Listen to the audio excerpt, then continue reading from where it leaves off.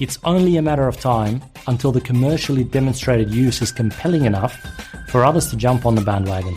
Investment bubbles occur when prices of market shares are driven upwards past their real value. According to some market theorists, a bubble is encouraged by a herd mentality, where people first jump on the bandwagon of a profitable stock, and then when the bubble bursts, they engage in panic selling. If everyone agrees with your opinion online, more tend to jump on the bandwagon. I see, and I'm sure you do too, a lot of people who are always looking for that next big hit, that next thing they can jump on the bandwagon, and typically it's not within their area of expertise.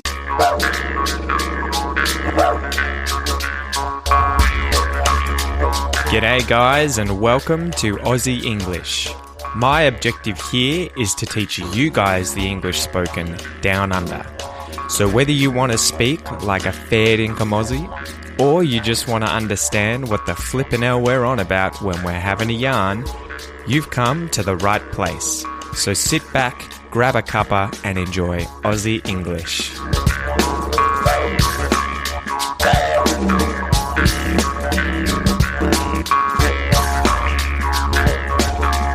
Alrighty, g'day you mob, and welcome to this episode of Aussie English, the number one podcast for anyone and everyone wanting to learn Australian English, culture, history, news and current affairs, everything to do with the land down under. So guys, thank you so much for joining me. I hope you're having a great week. I hope you're working hard. I hope you're leveling up your English slowly but surely. And it is always a pleasure to have you here. If you are a first-time listener, thank you for joining me. Remember that you can get the transcripts and the downloads for this episode, as well as all the other podcast episodes, via aussieenglish.com.au/podcast when you sign up for the premium podcast. I also have a number of courses on there for accent reduction, the Australian pronunciation course. There is the Real English Discussions course, which is all about improving your listening comprehension over a 3-month period. That's a really good in-depth course. And then there are the phrasal verb course and the spoken English course on there too. And if you are an advanced student, I recommend that you check out my academy, which gives you the premium podcast, as well as over 100 other advanced English courses related to expression episodes like this one, and 3 30-minute calls every single week with other English learners and teacher Ian. Anyway, with that aside, guys, welcome to this episode. Before we get into it, as usual, I have a joke for you. And it's a good joke. Hopefully you're going to like this one, all right? It's about kangaroos.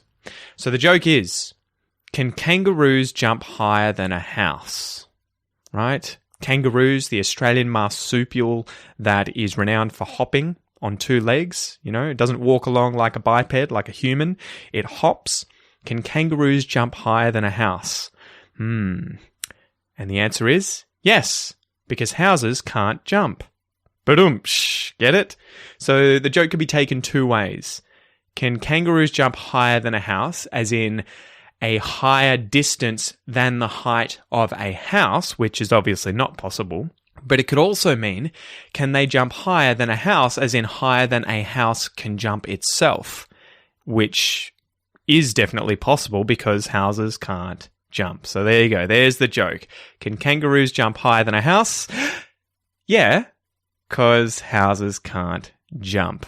So I expect that you guys go out there and use that joke on someone, okay? That's sort of the point of these jokes in these episodes. It's to, you know, teach you puns and little word jokes in English, obviously, but also to give you jokes that you can go out and use to start conversation, to make others laugh, everything like that. So today's expression, guys, is to jump on the bandwagon. I wonder if you've heard this one before, to jump on the bandwagon. Have you ever jumped on the bandwagon? Before we go into that expression, let's go through the definitions of the words in the expression to jump on the bandwagon. So to jump, I'm sure you guys know the verb to jump. If you jump, you leap, right? You cause yourself to go up into the air.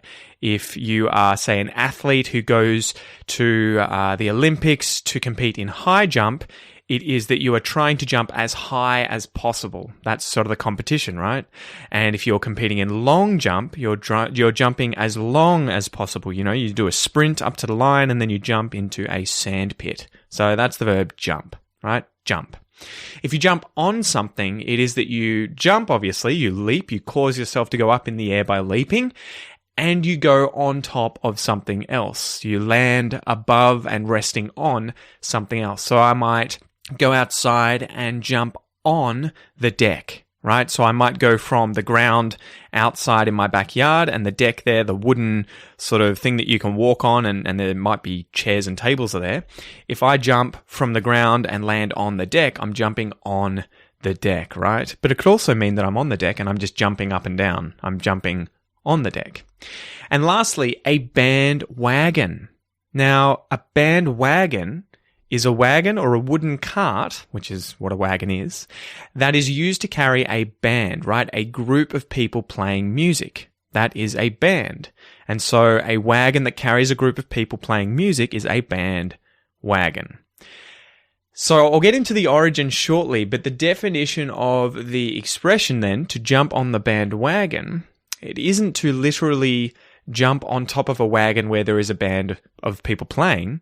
It is to support a hobby, an idea of a person, other things like that, after it has become popular or successful.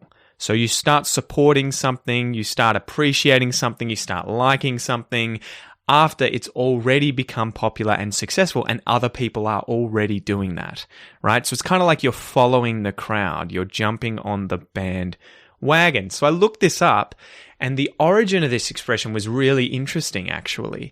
So the word bandwagon is the rather unimaginative name for a wagon that carried a circus band or a band of people playing music.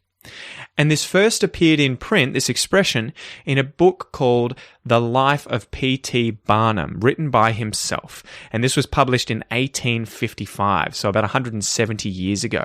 And the quote was, "At Vicksburg, we sold all our land conveyances, excepting our horses and the bandwagon." So that was where bandwagon first appeared. And Mr. Barnum was a circus owner and showman. At the time, circuses were known for their showy parades that took place in towns when they arrived before they set up, right? It was their way of advertising. And so these parades attracted townspeople, and it was an easy way of marketing to attract people to come to the show once everything was set up. So bandwagons were usually a part of these parades, being bright, ornamental. They were hard to miss, right? People would see them from all over the place. But by the end of the 1800s, people realized that these sorts of bandwagons caught people's attention, and thus politicians started using them in parades thrown in towns on their campaign trails, right? So like with Trump at the moment and Joe Biden trying to work hard in America to get elected, they're on their campaign trails. Back in the late 1800s, people were using bandwagons to give their talks from, right? To talk to crowds. So as a campaign traveled and became more and more successful, garnering more and more attention and larger crowds, other politicians would want to rent seats on the bandwagon and ride it through the town. And so the first records of the phrase "to jump on the bandwagon" date back to political speeches in the 1890s, usually warning other potential voters not to jump on the opponent's bandwagon in haste. Right? They're following the crowd. They're supporting a person who's already become popular or successful, okay? So let's go through some examples of how I would use the expression "to jump on the bandwagon" in modern times, right? When I'm speaking English. So in Melbourne, for example, maybe you guys know what hipsters are. I mean, they're everywhere now in the Western world. Hipsters, they're probably everywhere in all other countries as well. But in Australia, a hipster is a person who follows the latest trends and fashions, especially those regarded as being outside the sort of cultural mainstream, you know, what's kind of culturally appropriate or normal. So when I was at uni in Melbourne, from the years 2006 to about 2017, hipsters were becoming a bigger and bigger thing, right? They were becoming more and more popular. I remember that I started seeing them all over the shop, right? All over the place in Melbourne as the years progressed. They'd grow things like long beards, they'd wear old school secondhand clothes and leather boots, often donning things like flannelette shirts and having a top knot haircut that's really popular today, you know, with the sides of their heads shaved. And at the time, I remember thinking that hipsters seemed to be a bit of a walking contradiction. They seemed to be a little bit hypocritical because they were these young people in their 20s wanting to sort of appear unique and different from everyone else. But the very fact that they all started following the same fashion trends and drinking the same coffee at the same cafes, listening to the same music, made them a sort of single group where they were all kind of the same, right? Their sort of eccentric nature brought them together as a conformist kind of group that was opposite to unique, which is sort of what they wanted to be. So at the time, it felt like a large number of people had jumped on the hipster bandwagon. They'd all started following the same trends and they were doing it together at the same time. These things were becoming popular. Everyone suddenly had a beard, had a haircut, was wearing this sort of clothing. They had all jumped on the bandwagon. Example number 2. So you guys might know the song Dance Monkey, Dance Monkey, Dance Monkey, whoa, by Tones and I, right? This recently skyrocketed to worldwide fame.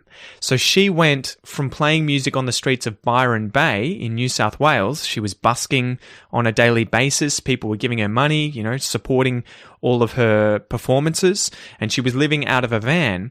And suddenly, after this song was released and she recorded a music video of it, she was all of a sudden performing all over the world on some of the biggest TV shows and stages.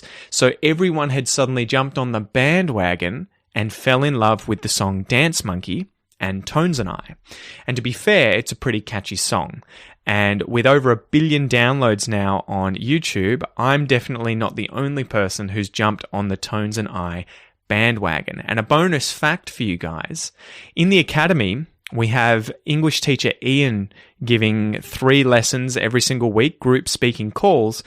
Ian is actually an actor, and he is one of the golfers in the Tones and I Dance Monkey video. So if you go and look up this video on YouTube, see if you can see Ian dancing around dressed up as a golfer, right? How crazy is that? The last example of how someone could jump on the bandwagon, especially in a positive way, is how everyone in Australia really quickly conformed to social distancing etiquette during the COVID-19 epidemic. So in order to try and stop or at least slow down the spread of COVID-19 in Australia, the government recommended that people stay about 1.5 meters away from one another in public. So people quickly jumped on the bandwagon and started following these social distancing rules in public, and as a result, COVID-19 was quickly brought under control in Australia, although it may be sort of having a second wave at the moment, right? Knock on wood. Hopefully that doesn't happen. Keep your fingers crossed. So yeah, we're lucky that everyone jumped on the bandwagon. So there you go, guys. That is the expression to jump on the bandwagon, to support something like an idea, a person, a hobby, after it has become popular or successful. So let's have a listen to some examples again of people using this expression to jump on the bandwagon and see if you can understand the context now. It's only a matter of time until the commercially demonstrated use is compelling enough for others to jump on the bandwagon.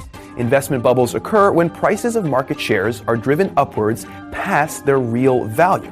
According to some market theorists, a bubble is encouraged by a herd mentality, where people first jump on the bandwagon of a profitable stock, and then when the bubble bursts, they engage in panic selling. If everyone agrees with your opinion online, more tend to jump on the bandwagon. I see, and I'm sure you do too, a lot of people who are always looking for that next big hit, that next thing they can jump on the bandwagon, and typically it's not within their area of expertise. All right, good job. So now we're going to go through a listen and repeat exercise. I'm going to say these words in the expression jump on the bandwagon, and then we'll conjugate through a sentence like, I'd never jump on the bandwagon, You'd never jump on the bandwagon. The purpose here is for you to concentrate on things like my pronunciation, my intonation, my rhythm, and try and copy that pronunciation so that we can work on reducing your accent and helping you speak more clearly and communicate more effectively in English. And remember, if you haven't already, guys, go and check out my Australian pronunciation course at aussieenglish.com.au/courses. Okay, it's a great way to reduce your accent when speaking English and to learn all of the different sounds, especially in Australian English. So anyway, let's go. Jump. Jump on. Jump on the. Jump on the bandwagon. Jump on the bandwagon. Jump on the bandwagon. Jump on the bandwagon. Jump on the bandwagon.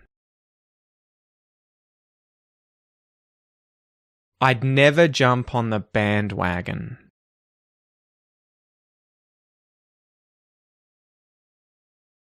You'd never jump on the bandwagon.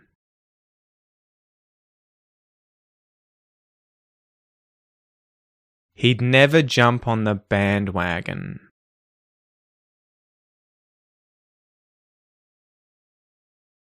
She'd never jump on the bandwagon.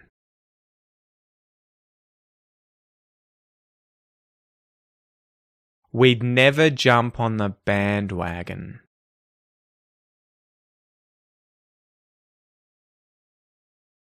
They'd never jump on the bandwagon.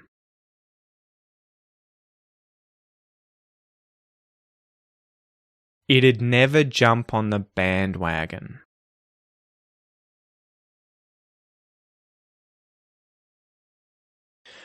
Good work, guys. Hopefully that wasn't too long in terms of how those sentences were structured, but it's a good way of practicing conjugating through the conditional there, where would is contracted to just "ud" on the ends of pronouns like I'd, you'd, he'd, she'd, etc. So now, guys, before we finish up, let's go through a little Aussie fact. Okay, so I wanted to talk about wagons in Australia, and a wagon can be a slang term in Australia for a station wagon, also called an estate car or just estate in places like, I think, the US. But in Australia, we'd call them station wagons. And these are cars that have a car body style which has a two-box design, a large cargo area, and a rear tailgate that is hinged to open for access to the cargo area, right? A station wagon. It's kind of one of those cars that you could like sleep in the back of. I've always owned a station wagon. So the first Australian designed wagon was built way back in the year 1948, but locally designed station wagons didn't appear until 9 years later, when in the year 1957, the Holden FE was introduced down under. The Holden's main competitor was the Ford Falcon introduced wagon models in 1960 after seeing the success that Holden was having. Other wagons produced in Australia also ended up including the Toyota Camry and the Mitsubishi Magna. For around 60 years, Ford and Holden both produced wagon models based on each generation of their sedan platforms. By the year 2010, the wagon and large car market was declining in Australia, whilst demand for SUVs, sports utility vehicles, was increasing, and the production of Ford Falcon wagons officially ended. 7 years later, in 2017, Holden followed suit and officially ceased production of its Holden Commodore series altogether. As you'll know, there's always been a big Holden-Ford rivalry in Australia, and in fact, I grew up a massive fan of Holden, probably because all my closest friends just happened to be massive fans of Holdens as well. And so my very first car was actually a Holden Commodore VN wagon that was built in the year 1987, which was the year I was born. So it was 18 years old when I bought it at the age of 18. I ran that thing into the ground. Like, I never repaired it, because it pretty much never needed repairs. And eventually it ended up getting given to a junkyard after I'd owned it for several years, because the battery had kind of gone flat and the car had died whilst I was studying in Melbourne and not using the car. It was back at my parents' place. And then you guys will know that after I met my wife, Kel, and I graduated from my PhD in 2017, I ended up having to move back to Ocean Grove before then moving to Canberra. And I ended up buying a Ford Falcon BA wagon that was built in 2004. And I ended up giving that car away in a competition this year, and believe it's still going strong. It's still chugging along around the streets of Canberra today. Anyway, guys, that's a little bit of Australian history, as well as the expression to jump on the bandwagon. As always, I hope you enjoyed it, guys. I wish you all the best, and I will see you in the next episode. Peace.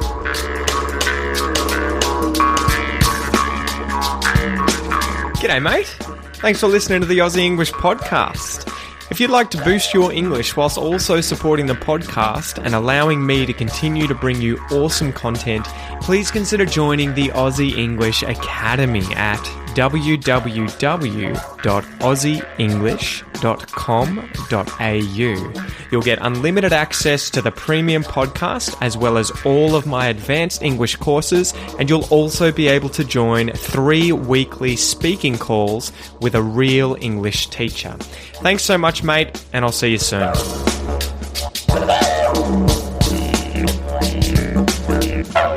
Wow.